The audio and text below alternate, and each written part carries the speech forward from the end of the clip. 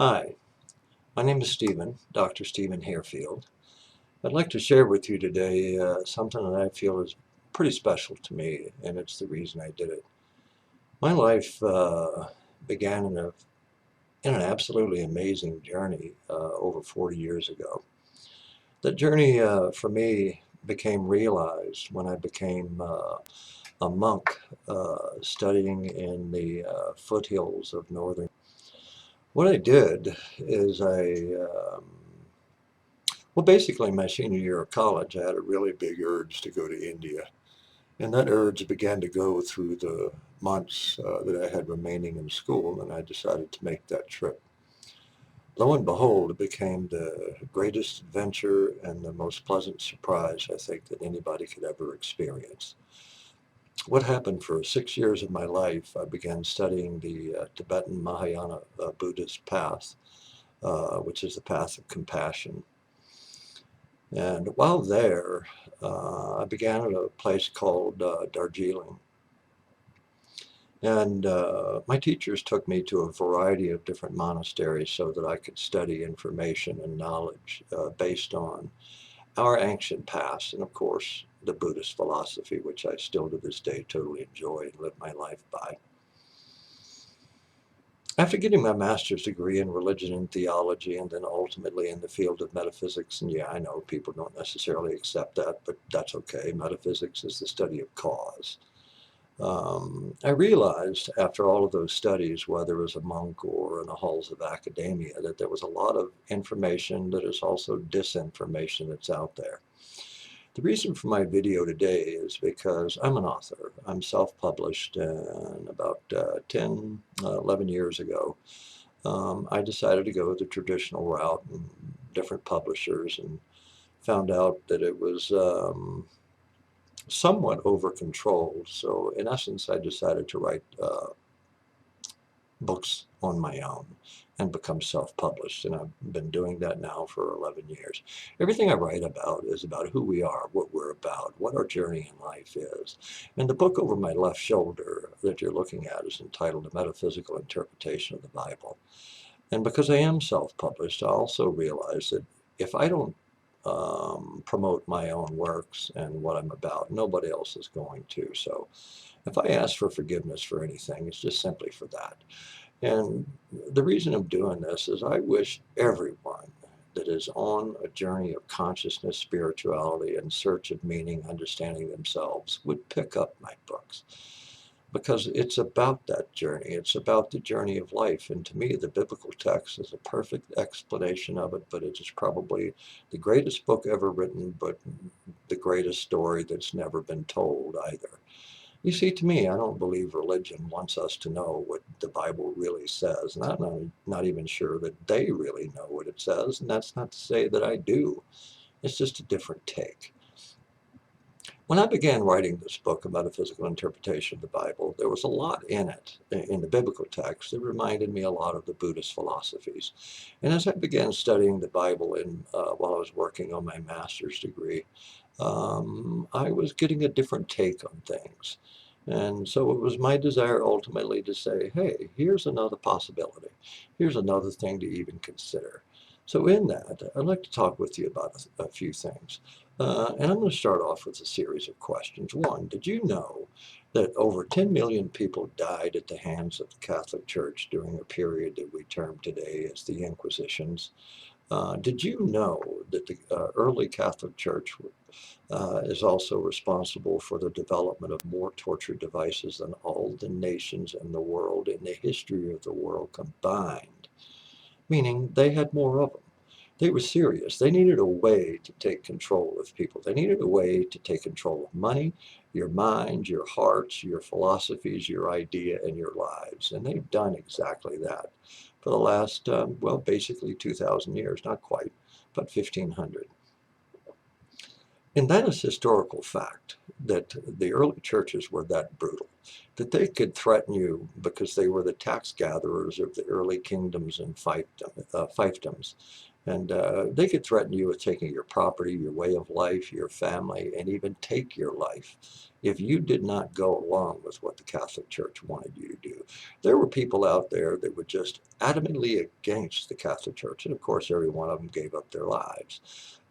There were even people that wanted to interpret the early biblical text into English.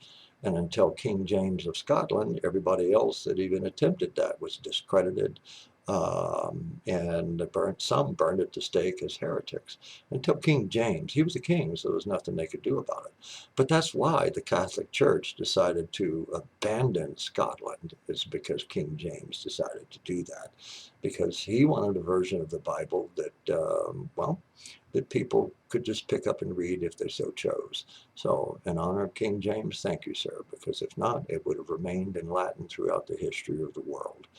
But what's my point in today? One is I would love for people to pick up this book, and I wanted to set a basis for it to give you an idea of how the churches have taken control over how everybody lives and thinks.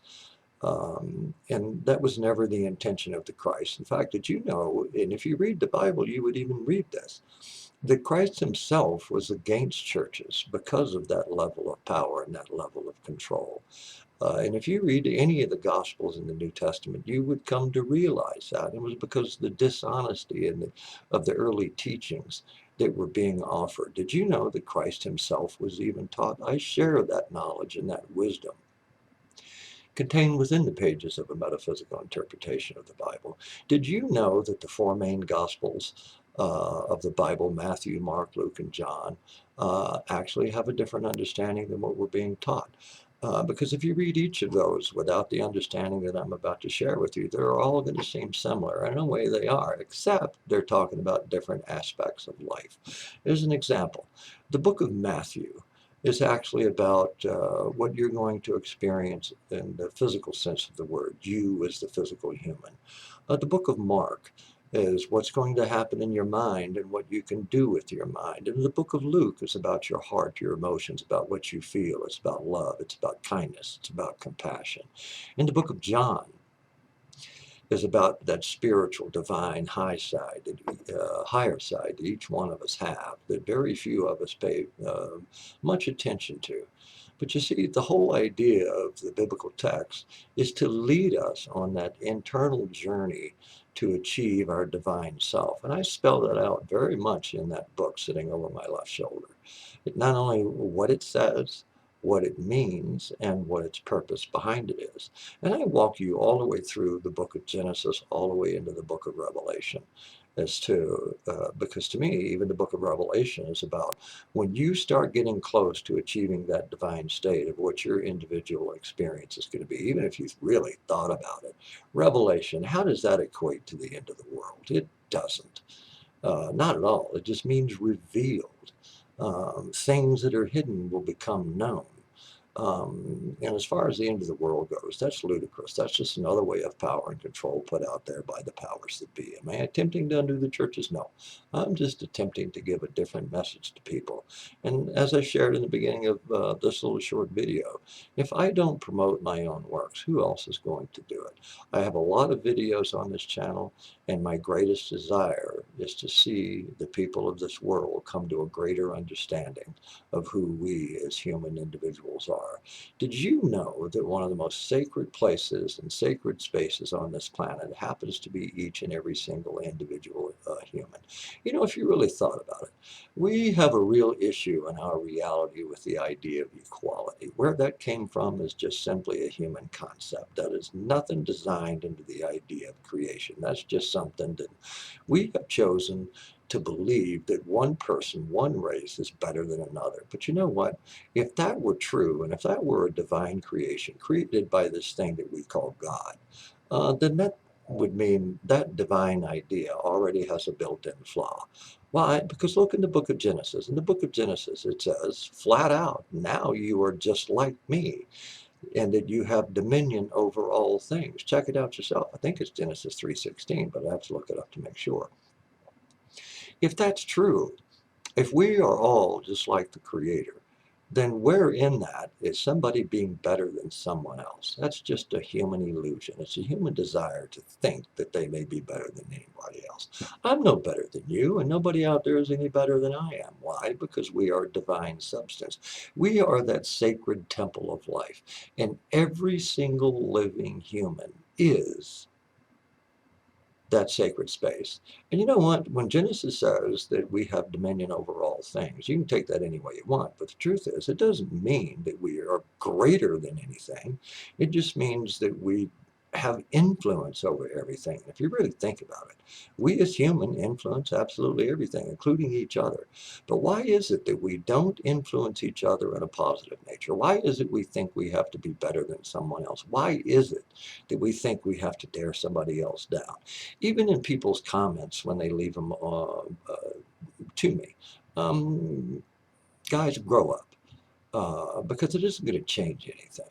To me, I was taught on my journey in India and even in life that it's not so important about what anybody else thinks about me. It really isn't, because that doesn't drive my life. Do you think it drove Christ's life? Do you think it drove Buddha's life? Do you think it drove Gandhi's life? And in the idea that they were concerned about what other people thought of them? No, they really didn't care, because they all had a message and they were bound and determined to deliver that message. I'm no different than that. Am I putting myself on that same platform with them? No, unless you choose to think I am. Go right ahead. That's your option. But see, here's the funny thing. There's not one human out there that isn't like the Christ. He himself said so. How did he say it? Even the least among you may do these things, and greater things may you do. And you all run around thinking he talked in the Queen's English. You've got to be kidding me. He was Aramaic.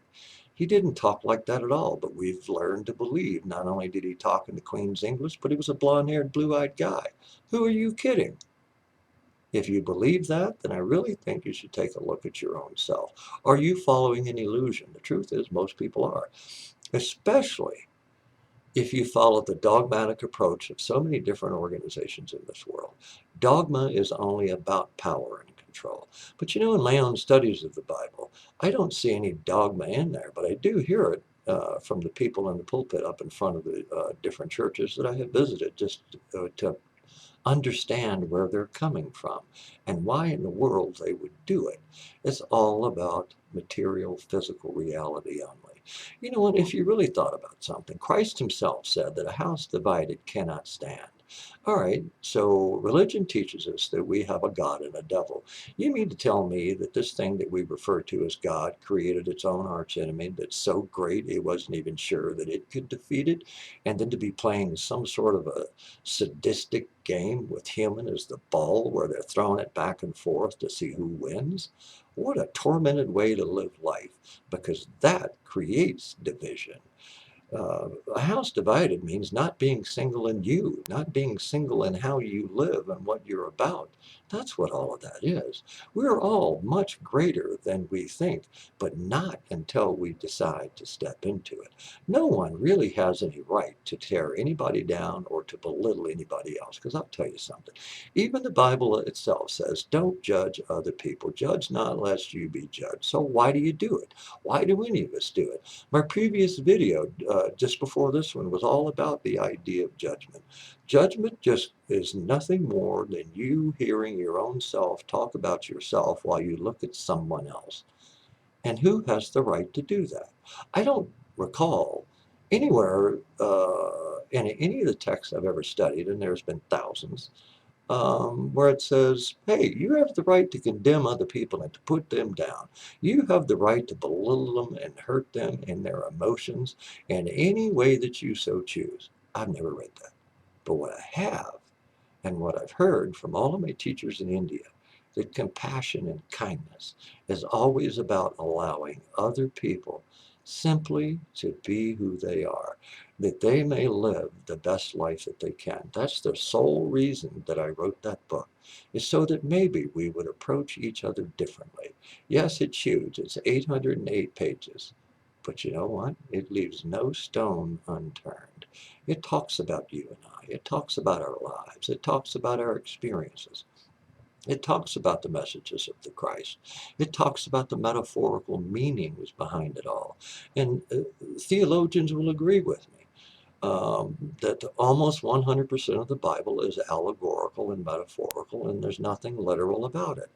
Well, the interesting thing about metaphorical linguistics is the fact that it's open to individual interpretation, and I think that's brilliant. Why?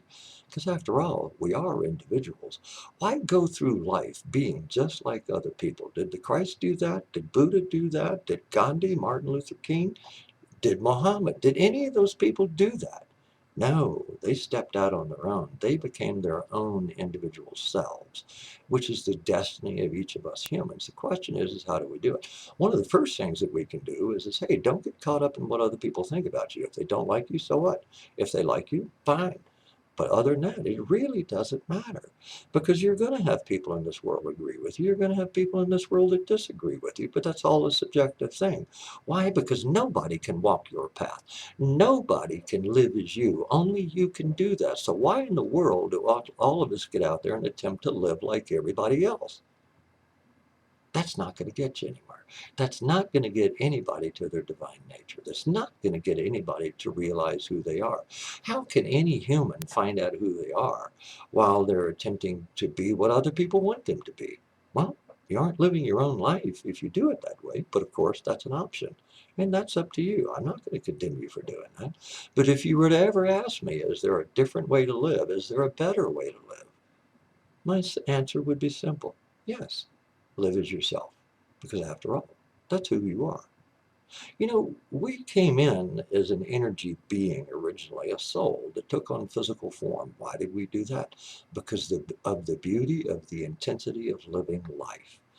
The beauty of the intensity of living life as an individual entity that is unlike any other thing. That is so important that to me, when the Creator created life, it created that as a perpetual thing. I was told by my teachers in India that the fingerprint that I have in this lifetime is the only time I will ever have this fingerprint. And that's if you believe in the idea that reincarnation is true. I happen to feel and totally know that it is. So, okay, that means no matter how many times I come in, my fingerprint, my genetic makeup, everything is going to be different because I'm a unique expression. And the biblical texts tell us that. When you look in the book of Matthew, it tells us that flat out, that each and every one of us is a unique expression of divine being. And it depends on what we do with our minds, according to Mark, and how we decide to, if you will, interpret life what it is. But here's the funny thing about interpretation in reality. It's still just your view, as this book is. But that book is based on 45 years of research and study, literally traveling all over the world, reading documents in the Middle East, Far East, reading them here in this country. One of my hobbies is collecting Bibles, and here's something that's really fascinating to me. My oldest Bible is 1805, and I have many of them out of in the mid 1800s. But when you compare the older Bibles to the new Bibles, the wording has been changed. So to me, if it's the Word of God, why have people through the centuries changed the way it was said? Well, they thought it would so it would make more sense. But you change one word, it changes the entire meaning of the idea. So we don't know really what the original idea was. And that's another reason why I wrote this book, because there's so much of Christ's philosophical viewpoints that were just like that of Buddha's and just like that of the Vedas, which the Vedas, by the way, is the oldest known religious text in the world. Did you know that the Bible actually has its basis in the original four factions of Christianity, like the Messianites and the Gnostics, just two as an example. The Gnostics, when you read that, that's where you read anything about Christ and what he said. That's the Gnostic view. Christ, after all, was a Gnostic. Gnostic is knowing. He came from a knowing position, so he couldn't have been anything other than a Gnostic.